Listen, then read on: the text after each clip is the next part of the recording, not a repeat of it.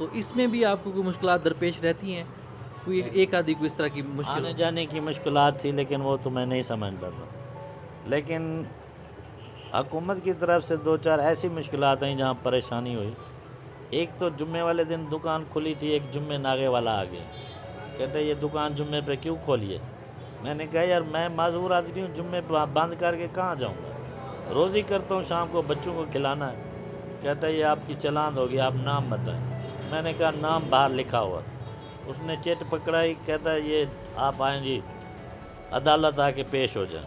میں وہاں پیش ہوا، وہاں جج صاحب بیٹھے تھے، انہوں نے دیکھا مجھے، میں نے دیکھا بھی کسی کو 1000 کسی کو 2000 لگا رہے تھے جرمانہ. میں سامنے گیا، میں نے کہا یہ دیکھ کر کہے گا یار اس کو کیوں لائے ہو، یہ تو خود معذور آدمی ہے. لیکن اس نے یہ نہیں سوچا، اگر کسی کو 2 لگا رہے تھے تو مجھے 25 لگا دیا، یعنی 500 اوور لگا لیا.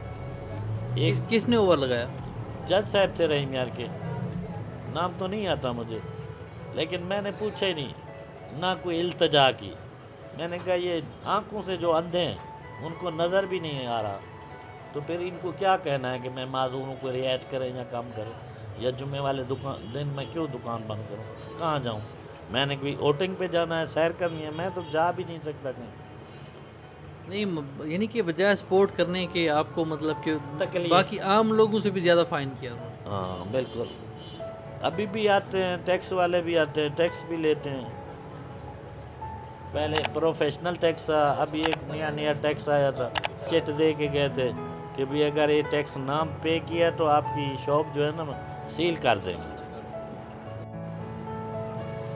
یعنی کہ ایک معذور کو سپورٹ کرنے کی بجائے وہ مزید ٹیکس اور کوئی آپ کو چھوٹ نہیں دیتے، کوئی رعایت نہیں دیتے؟ نہیں آتے ہیں، ٹیکس بھی لیتے ہیں ہر کسی پر. ابھی ایک آئی تھی ٹیم بورڈ والی، یعنی آپ نے اوپر بورڈ لگایا ہے شاہین خس ہاؤس، میری شاپ کا نام ہے شاہین خس ہاؤس، چوک بہادر پور. تو اس نے کہا اس کا جو ہے نا ٹیکس لگے گا. بھئی یہ بورڈ کا کیسے ٹیکس؟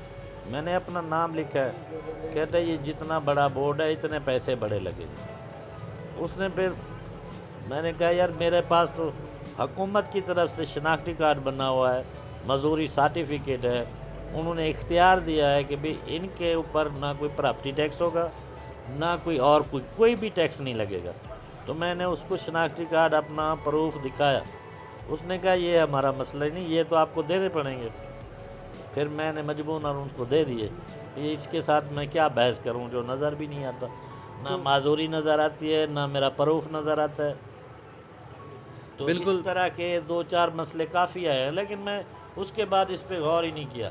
بالکل یہ ایک ایسی تلخ حقیقت بھی ہے کہ بجائے اس کے کہ انہیں سپورٹ کرنا چاہیے، آپ کی حوصلہ افزائی کرنا چاہیے، وہ آپ کو مزید تنگ کریں، تو یہ بہت ہی افسوسناک بات ہے. یقیناً کہ حکومتی نمائندوں کو بھی اور خاص طور پہ ضلعی انتظامیہ کو ایسے افراد کی حوصلہ افزائی کرنی چاہیے، بلکہ وہ ان کی حوصلہ شکنی کر رہے ہیں. تو یہ واقعی ایک افسوسناک امر ہے. تو ریاض صاحب دوسرا یہ ہے کہ آپ کے بچے بھی اسی کام سے منسلک ہیں؟ نہیں جی، یہ کام بہت مشکل ہے. میں تو باپ تھا، میں تو اپنے بچوں کی خاطر جتنا بھی مشکل ہوتا کام کرنا تھا، کیونکہ میں نے شادی کی تھی، زندگی آگے گزارنی تھی بچوں کے ساتھ، بیوی کے ساتھ. میری یہی دلی خواہش تھی کہ میری بیوی اور میرے بچے یہ کبھی محسوس نہ کریں کہ میرا والد یا میری بیوی کہے میرا خاوند معذور ہے.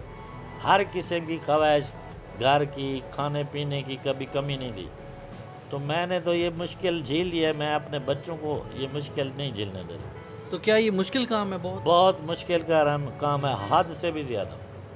ہاتھ کا کام کوئی بھی ہو، لیکن میں کہتا ہوں یہ ہمارا کام سب سے مشکل ہے. تو پھر اس لیے آپ نے بچوں کو اس طرف نہیں لایا؟ اب جو بڑا بیٹا ہے وہ برگر بناتا ہے، اس سے چھوٹے ہیں 2، ان کو میں نے شاپ ڈال دی ہے، 1-2 لاکھ دے کے یہ حسین سپر سٹور لگا دیا. تو وہ یعنی کہ بچے آپ کہتے ہیں کہ وہ جو میں کام کر رہا ہوں وہ مشکل ہے، میرے بچوں پہ وہ مشکل بھی نہ آئے. نہ، میری خواہش یہی ہے کہ جو مشکل میں جھیل کے آیا ہوں وہ میرے بچے نہ جھیلیں. شاید ان میں اتنی ہمت نہ ہو جتنی مجھ میں اللہ پاک. جی یہ کتنی بڑی بات ہے کہ جو کام ہم خود کر رہے ہیں، ریاض صاحب خود کر رہے ہیں معذوری کے باوجود، ان کا یہ کہنا کہ بہت ہی مشکل کام ہے، اور میں یہ نہیں چاہتا کہ جو یہ میں کام کر رہا ہوں میرے بچے بھی اس طرح کی مشکل دیکھیں، تو انہوں نے اپنے بچوں کو آسان روزگار فراہم کرنے کے لیے سپر سٹور اور برگر کا پوائنٹ بنا کے دیا ہے۔ تو ریاض صاحب، ایک اور آخری سوال کہ آپ معذور افراد جو کہ اپنی چھوٹی سی یعنی کہ معذوری کو بھی مجبوری بنا کے بیٹھ جاتے ہیں، تو آپ ان کے لیے کیا پیغام دیں گے؟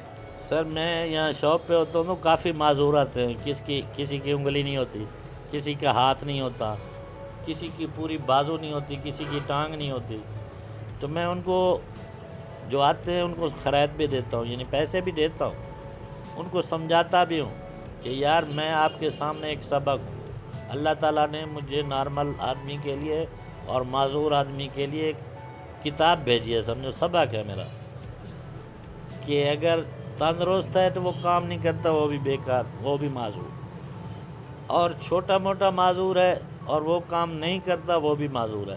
اصل میں جتنے بھی معذور ہیں، اللہ تعالیٰ کسی کو نکارہ نہیں بنایا، چاہے دونوں ٹانگوں سے معذور ہو، چاہے دونوں بازو سے نابینا ہو، اللہ تعالیٰ نے کسی کو نکارہ نہیں بنایا۔ اللہ تعالیٰ نے انسان اشرف المخلوقات بہت اچھا بنایا ہے، تو یہ اپنے ذہن کو معذور مت بنائیں۔